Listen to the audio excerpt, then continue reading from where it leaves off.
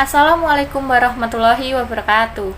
Perkenalkan, kami dari kelompok 3 teknologi pembelajaran kelas B yang beranggotakan Erina Safira NIM 34, Fahranitri NIM 35, Faris Ali NIM 36, Inayah Hanun NIM 47, dan Indah Siti NIM 49. Kami akan mempresentasikan prototipe teknologi pembelajaran sejarah yang berjudul Penggunaan Learning Management System Canvas sebagai media pembelajaran sejarah di SMA Negeri 4 Surakarta. Terdapat beberapa tahapan dalam prototipe teknologi pembelajaran sejarah yang telah kami lakukan, yaitu 1. Tahap analisis. Pada tahap analisis ini, kami mengidentifikasi permasalahan yang dialami oleh siswa, yaitu 1. Keterbatasan pemahaman siswa mengenai materi. Kemudian yang kedua, penggunaan Microsoft Teams sebagai sarana pembelajaran yang memerlukan kapasitas besar pada HP, sehingga membuat HP siswa menjadi down. Yang kedua, kami mengidentifikasi profil peserta didik. Jumlah peserta didik kelas 11 IPS 1 terdapat 31 siswa yang terdiri dari 13 siswa laki-laki dan 18 siswa perempuan. Karakteristik umum siswa. Usia siswa kelas 11 rata-rata 17 tahun. Dan siswa dapat menjalin komunikasi yang baik dengan guru maupun teman sebaya. Kemudian sikap siswa. Siswa bersikap aktif dalam berdiskusi maupun presentasi. Kemudian siswa juga mendengarkan penjelasan guru secara antusias. Kemudian keterampilan yang berdampak pada potensi. Dibutuhkan pelatihan bagi guru dan siswa untuk mengoperasikan LMS berbasis Canvas. Pembelajaran sejarah menggunakan teknologi berbasis Canvas. Pembelajaran sejarah menggunakan teknologi berbasis LMS dengan Canvas dapat mendukung proses belajar mengajar. Kemudian kebutuhan peserta didik. Topik materi pembelajaran atau konten yang kami gunakan adalah materi pembelajaran sejarah proklamasi kemerdekaan. Teknologi yang digunakan yang pertama aplikasi berbasis web LMS Canvas, kemudian handphone atau laptop. Fasilitas yang digunakan adalah paket data atau Wi-Fi, kemudian human diantaranya guru yang menyediakan LMS Canvas untuk kelancaran kegiatan pembelajaran. Tahap selanjutnya adalah tahap perancangan atau desain. Tujuan instruksional yang diharapkan tercapai antara lain 1. Tumbuhnya motivasi dan minat belajar sejarah siswa yang terlihat dari peningkatan nilai hasil belajar sejarah siswa. Yang kedua, siswa mampu mengidentifikasi dan mendeskripsikan mengenai materi yang disampaikan melalui LMS berbasis Canvas. Yang ketiga, guru mampu menciptakan pembelajaran yang menarik. Keempat, meningkatkan efektivitas dan efisiensi guru serta siswa dalam penyampaian informasi, serta menerima dan mengolah materi pembelajaran sejarah. Selanjutnya ada dasar teoritik atau konseptual. Fokus penelitian kami membahas mengenai bagaimana cara kerja media pembelajaran berbasis LMS model Canvas sebagai sarana pembelajaran dan penggunaan teknologi dalam pembelajaran. UNIS 2017, LMS merupakan sebuah sistem yang terintegrasi dan komprehensif, serta dapat digunakan sebagai platform e-learning. Penelitian yang dilakukan oleh Moorfield dan Fabregas tahun 2021, penggunaan LMS model Canvas dalam pembelajaran dinilai efektif dan menghemat biaya dengan banyaknya fitur yang disediakan. Penelitian Ria Sudiana yang berjudul Efektivitas Penggunaan Learning Management System berbasis online tahun 2016. LMS sebagai sarana pembelajaran telah membuktikan bahwa penggunaannya cukup mudah. Selanjutnya ada penelitian Yuni Fitriani tahun 2020 yang berjudul Analisa Pemanfaatan LMS sebagai sarana pembelajaran online selama pandemi COVID-19. Hasilnya adalah penggunaan LMS seperti Google Classroom, Edmodo, dan Moodle telah memberikan dampak dan warna baru dalam dunia pembelajaran. Selanjutnya draft awal produk. Produk yang kami kembangkan berupa media pembelajaran Learning Management System berbasis Canvas yang bertujuan untuk mengatasi permasalahan teknologi sebelumnya, yaitu Microsoft Teams, yang mana software ini memerlukan kapasitas memori yang besar sehingga berdampak pada handphone siswa mengalami lag atau down. Kemudian rancangan produk dan materi yang akan dimasukkan ke dalam produk antara lain yang pertama, user-friendly.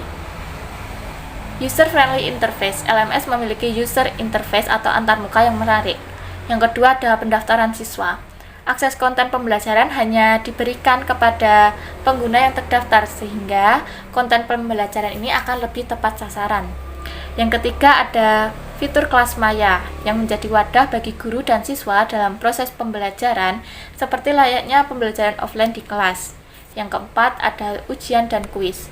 Fitur ini digunakan untuk pendistribusian bahan evaluasi guru terhadap siswa setelah proses pembelajaran melalui kelas maya. Yang kelima, ruang diskusi.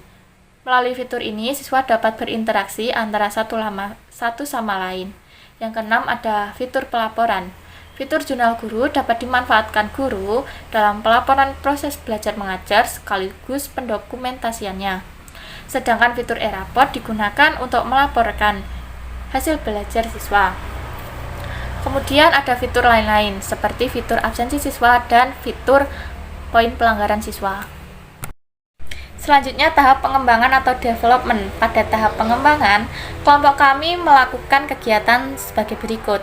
Yang pertama, menetapkan topik pembelajaran. 2. Mencari materi terkait dengan topik pembelajaran. 3. Membuat akun learning management system berbasis Canvas. Yang keempat, menyusun materi pada LMS Canvas yang memuat 1. Modul berisi materi yang dilengkapi dengan gambar. Yang kedua ada bahan diskusi. Selanjutnya tugas dan juga kuis. Kemudian tahap implementasi. Terdapat tutorial penggunaan LMS berbasis Canvas yaitu buat akun pada laman https://canvas.instructure.com/login/canvas. Selanjutnya, pilih I am a student. Pada kolom join kode, masukkan kode C, P, F, G, J. Selanjutnya, isikan nama, username, alamat email, dan juga password. Klik Start Learning. Kemudian selamat, Anda sudah dapat mengakses course kami. Pengerjaan course yang kelompok kami buat dengan menggunakan LMS Canvas adalah sebagai berikut. Yang pertama, dashboard. Pada bagian dashboard, berisi tampilan yang menampilkan isi dari LMS Canvas seperti course, history, dan juga kalender. Peran dashboard yaitu untuk mempermudah tampilan dari course yang akan dijalani sehingga siswa hanya perlu menuju dashboard untuk menuju course yang sudah di-enroll.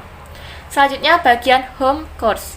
Pada bagian ini berisi informasi mengenai course yang akan dijalani siswa sehingga siswa bisa melihat materi, kuis, dan informasi lainnya.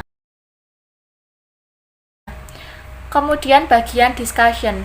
Pada bagian discussion ini, siswa dapat melakukan interaksi atau berdiskusi dengan teman maupun dengan guru. Selanjutnya bagian assignment.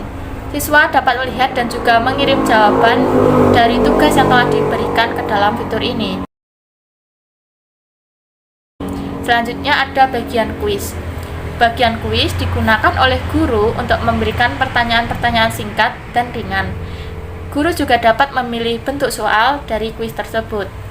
Selanjutnya, kita memasuki tahap evaluasi. Pada tahap evaluasi ini, kami menambahkan cara-cara dan penggunaan fitur LMS Canvas. Yang kedua, ada font yang lebih menarik.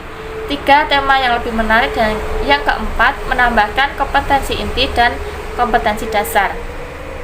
Hasil evaluasi dapat dilihat pada halaman web https://canvas.instructor.com/enroll/cpffgj.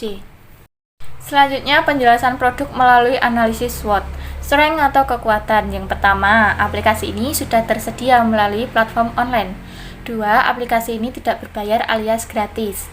Yang ketiga, aplikasi ini dapat diatur sesuai dengan keinginan pengajar. 4. Fitur yang tergolong lengkap untuk sebuah media pembelajaran online karena terdiri dari berbagai banyaknya fitur. Yang kelima, bisa diatur untuk mode privat apabila ingin lebih fokus dalam mengajar. Yang keenam, segmen pembagian materi dengan tugas yang ada sudah sangat jelas dan dapat dioperasikan dengan mudah.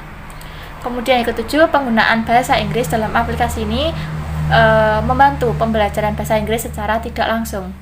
Kemudian weakness atau kelemahan. Yang pertama, aplikasi ini cukup asing sehingga kurang diminati. Yang kedua, fiturnya menggunakan bahasa Inggris sehingga agak menyulitkan beberapa individu penggunanya. Yang ketiga, cukup sulit mengoperasikan aplikasi ini apabila menggunakan laptop yang memiliki kualitas rendah karena web yang dimiliki ini bentuknya agak berat untuk ukuran sebuah web pembelajaran. Kemudian, tampilan dalam aplikasi ini bersifat default dan permanen sehingga tidak bisa diganti-ganti sesuai dengan keinginan pengguna. Opportunity atau peluang. Aplikasi ini dapat dijadikan sebagai alternatif untuk metode pembelajaran menggunakan aplikasi digital apabila sudah bosan dengan aplikasi yang sudah familiar. Kemudian, kondisi pemahaman individu sumber daya manusia guru di Indonesia yang semakin berkembang dapat menjadi pengembang dari teknologi pembelajaran ini. Selanjutnya, threat atau ancaman. Aplikasi ini dapat disaingi oleh aplikasi lain yang serupa. Kemudian, penggunaan yang cukup sulit akan membuat orang menjadi kurang tertarik. Terima kasih, sekian presentasi dari kelompok 3, kurang lebihnya mohon maaf. Wassalamualaikum warahmatullahi wabarakatuh.